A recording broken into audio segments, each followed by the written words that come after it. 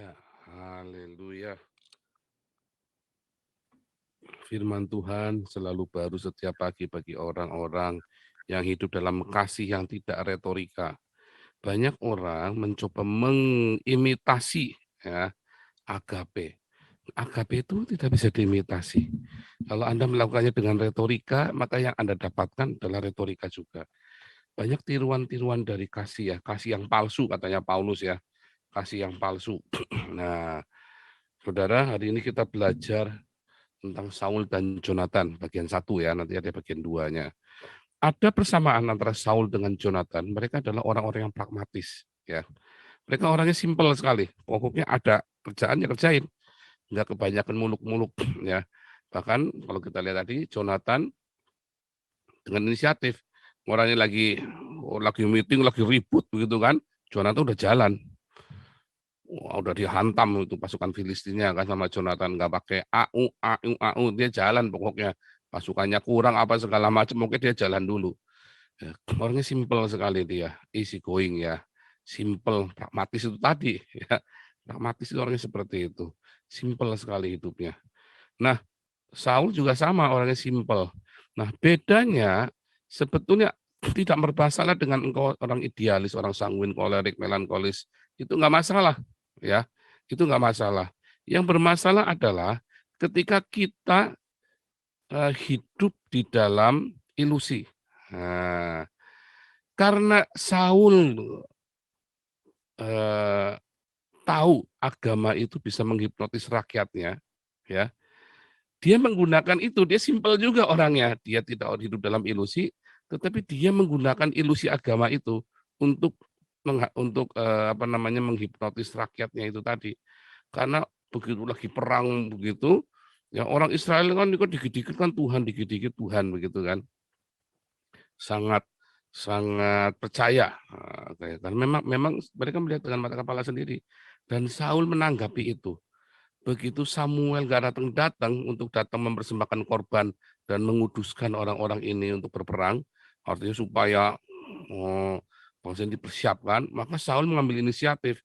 Dia sendiri yang mau melakukan ritual itu supaya orang Israel itu percaya sama dia, supaya jangan bubar orang Israelnya. Karena pada bubar, rakyatnya pada pergi sendiri-sendiri bubar jalan, karena wah ini Saul ini nggak didukung nih sama Samuel, nggak didukung oleh agama. Nah, itu kan. Makanya mereka kemudian bubar jalan. Saul begitu tahu mereka bubar jalan, dia ngerti, dia lakukan ritual itu sendiri supaya orang-orang Israel jangan bubar jalan. Begitu pikirannya ya. Simpel sekali. Artinya dia orang pragmatis yang dia tahu bagaimana cara menggunakan agama. Nah, hal-hal itu sering terjadi dalam kehidupan kita sehari-hari. Ya, Anda dan saya juga sama ya. Demi kita untuk mendapatkan ketenangan di hati, kita melakukan banyak sekali ritual.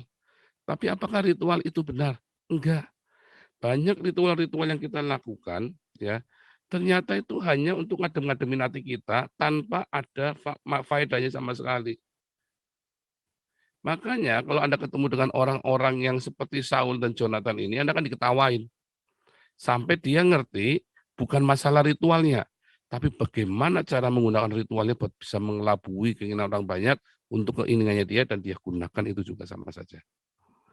Ya, dan itu yang digunakan oleh banyak sekali para penguasa-penguasa, ada yang di Eropa, yang di Afrika, yang di Arab, yang di Indonesia, yang di Amerika, digunakan itu ya, ritual-ritual itu untuk mengelabui rakyatnya. Sampai orang Eropa akhirnya pinter, udah nggak urusan lagi dengan begituan. Tapi masih ada tetap orang-orang Eropa yang percaya begitu ya, tetap ada namanya manusia. Tetapi sebagian besar sudah dipintarkan. Mereka melakukan pengujian empirik, diuji segala sesuatu. Dan akhirnya terbukti bahwa sebagian besar dari ritual-ritual itu palsu, nggak berguna. Bahkan semua ritual-ritual itu nggak ada yang bergunanya, nggak ada gunanya. Makanya mereka nggak takut menghujat menghujat institusi bernama agama. Mereka nggak takut. Mereka takut menghujat yang namanya Islam karena takut digorok. Artinya bukan karena takut sama Tuhan. Artinya buat apa? Artinya kan ada di dalam hati mereka, bodoh benar ya orang-orang ini ya. Nah, kan begitu kan. Jadi bukan Tuhannya yang marah, tapi umatnya yang ngamuk. Artinya apa ya? Tuhan sebenarnya makin membuktikan bahwa Tuhan itu enggak ada. Bahwa tidak ada Tuhan. Agama gagal menghadirkan Tuhan yang benar. Agama apapun gagal. Agama apapun ketika menghadirkan ritual dan simbol-simbol itu, dia gagal menghadirkan Tuhan. Karena Tuhan itu hanya bisa dihadirkan dengan agape, kasih yang sempurna. Nah, kasih yang sempurna itu diuji, kalau nggak diuji nggak agape. Ya, kalau kita lagi ribut sama istri, nah itulah, waduh, ya bilang udah nggak ada rasa. Nah, itulah agape itu diuji. Ya kan, kasih kita ini selama ini agape, atau selama ini kasih kita adalah hanya nafsu saja. Dan 99% hanya nafsu saja. Ya toh? Akhirnya bubar kan? Bubar. Atau akhirnya ya perang dingin. Nah, mereka bikin sendiri-sendiri. Mereka main film sendiri-sendiri. Yang laki-laki cari laki, yang perempuan cari laki. Tetap mereka pulang ke rumah, tapi mereka happy-happy sendiri-sendiri. Ya punya simpenan, punya selingkuhan sendiri-sendiri. Biasa. Dan akhirnya ya mereka hidup dalam kemunafikan. Sudah biasa. Sebab mereka menikah lagi pun sama saja. Sama saja. Hanya malu mengakuinya. Sama saja. Ada orang yang realis ya cerai lagi. Tetapi yang lain kan kalau di Indonesia ya malu. Kalau di Eropa ya nggak malu. Makanya mereka nggak mau menikah. Ya ganti. Kalau udah nggak cocok ya ganti. Mau apa? Ya kan? Kalau nggak cocok ya ganti saja. Nah itu yang terjadi ketika manusia menghadirkan kasih yang palsu. Ya, ketika mereka membara ya dengan seks, mereka pikir itu namanya cinta. Mereka rasanya siap untuk berkorban nyawanya demi pasangannya. Rasanya begitu udah nggak ada rasa, nggak mau. Ya, kasih itu harus diuji, cinta itu diuji, dan cinta yang diuji itulah yang nanti akhirnya jadi agape. Masalahnya banyak orang menghadirkan cinta yang palsu, Allah yang palsu, ritual yang palsu. Oh, serem saudara. Dan itu digunakan bagi orang-orang beragama. Orang-orang beragama ini juga mau lagi dibodohin begitu. Ya salahnya sendiri. Kenapa mau begitu? Anda mau nggak? Kalau saya emang nggak mau. Saya uji. Kolornya 7 kali pedot, enggak apa-apa. Yang penting saya nggak mau ditipu agama. Saya nggak peduli pendeta ngomong apa. Yang penting saya lihat firman Tuhan bilang apa, saya uji. Setiap teksnya itu benar apa enggak. Enggak benar tak tinggal. Dan saya bersyukur ya. Dan saya bersyukur. Dulu saya mengujinya dengan kesombongan. Tapi hari ini karena saya sudah mengerti, maka saya mengujinya di dalam kerendahan hati. Kalau ada teks yang nggak cocok, ya kebanyakan saya yang salah memahaminya. Tapi kalau ada perkataan pendeta yang nggak cocok, biasanya memang perkataannya itu salah. Makanya diuji, ya. Perkataan-perkataan itu Anda harus uji. Oh, Anda jangan mau percaya begitu saja, ya. Kalau saya mah nggak mau ya orang-orang gitu langsung apa orang bilang apa pendeta bilang apa saya percaya begitu. Nggak mau saya. Karena dari yang sudah-sudah selalu meleset, saudara. Akhirnya saya kecewa. Banyak orang kecewa dengan Tuhan, tapi dia banyak kecewa dengan pendetanya ya maksudnya ya. Tetapi akhirnya dia marahnya sama Tuhan. Karena pendeta itu mewakili Tuhannya. Pendeta itu mewakili Tuhannya. Dia kecewanya sama Tuhan, kecewanya sama pendeta, tapi dia marahnya sama Tuhan kayak saya. Saya kecewanya sama pendeta-pendeta, tapi saya marahnya sama Tuhan. Apa Tuhan meleset? Enggak.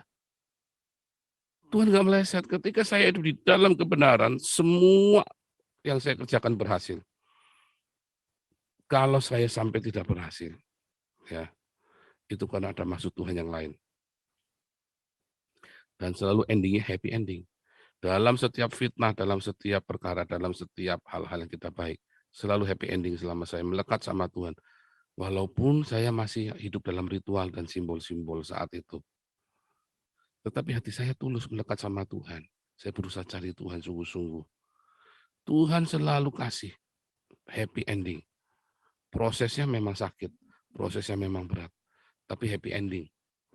Begitu saya tinggalkan Tuhan, ya nggak happy ending. Walaupun saya menang, tetapi nanti ujungnya nanti ruwet lah, tambah ruwet yang baru.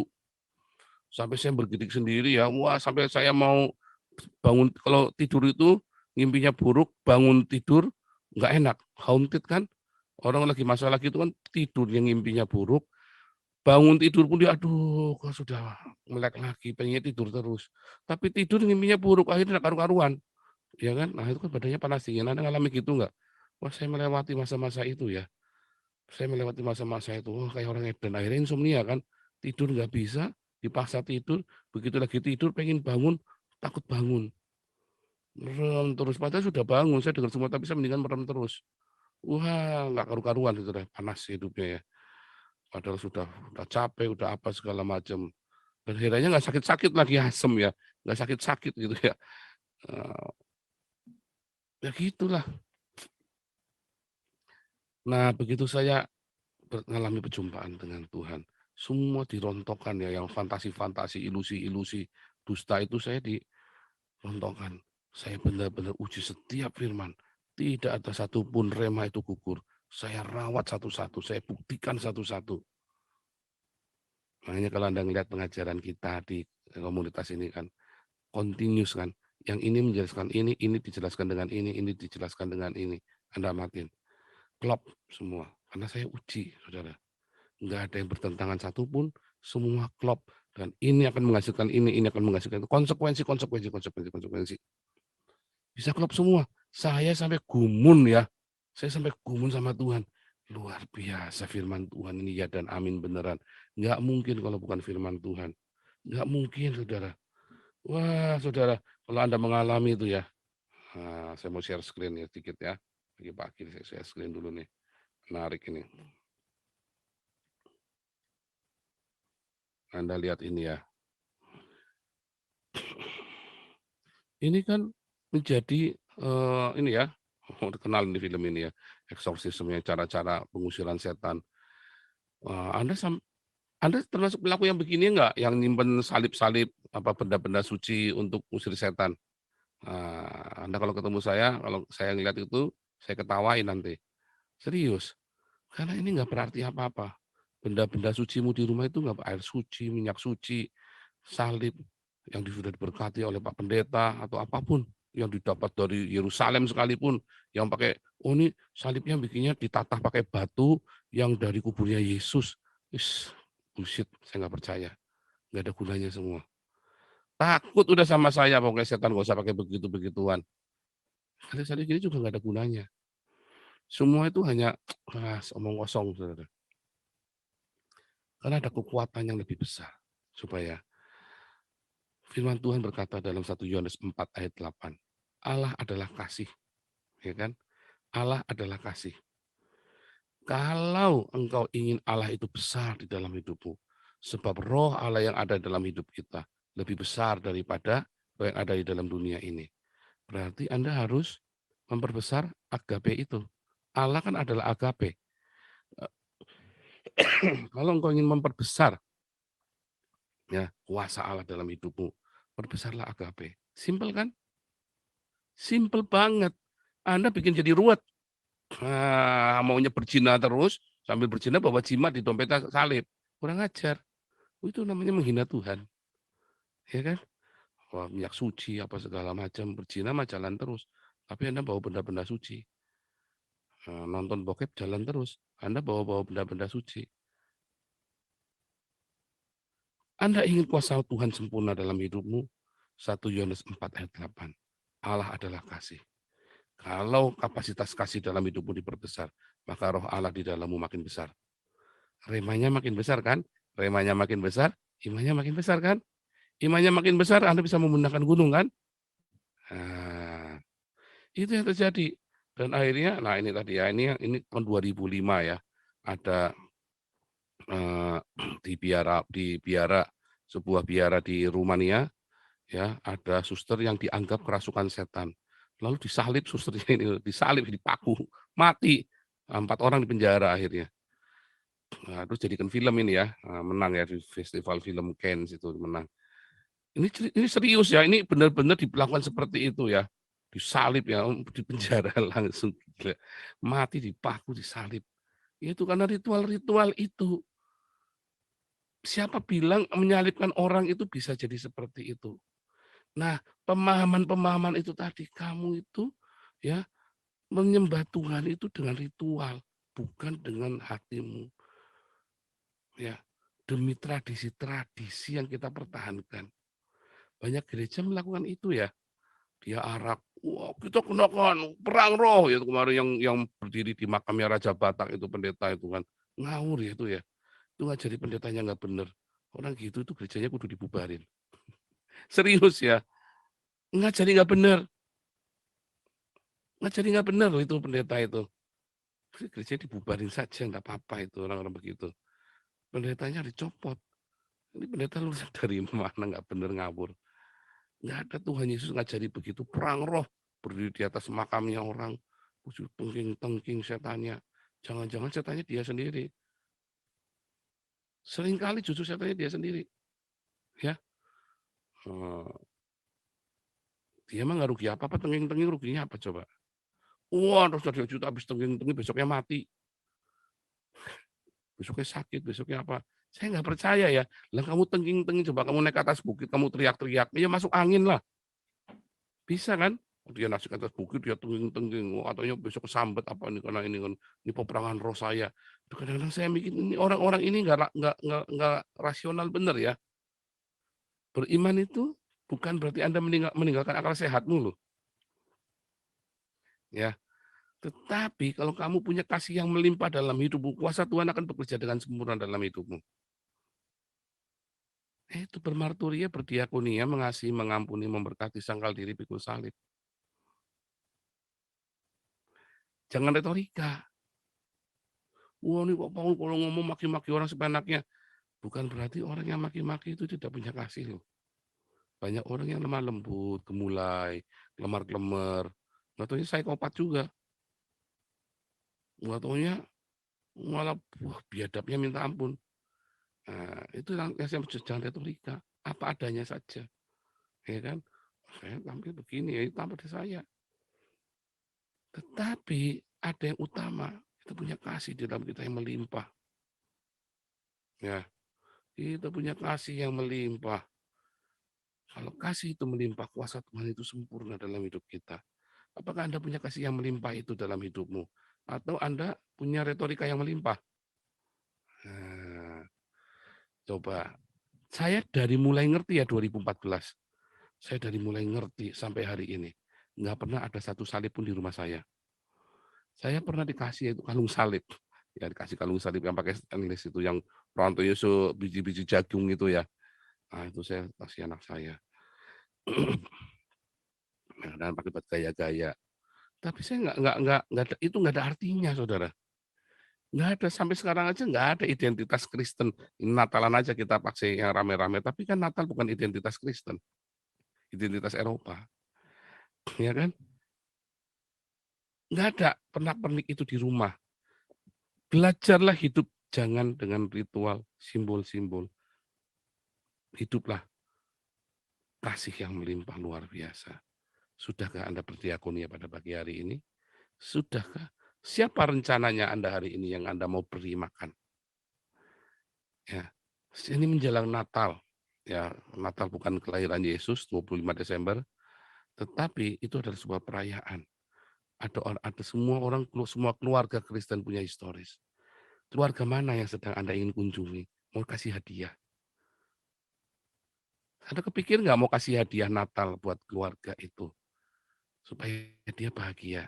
Kasih sepatu Nike, anaknya 3. Sepatu Nike harganya 500 ribuan, 600-an ya. Mungkin saya nggak tahu, 1 jutaan. Oh, saya mau belikan, itu kasihan.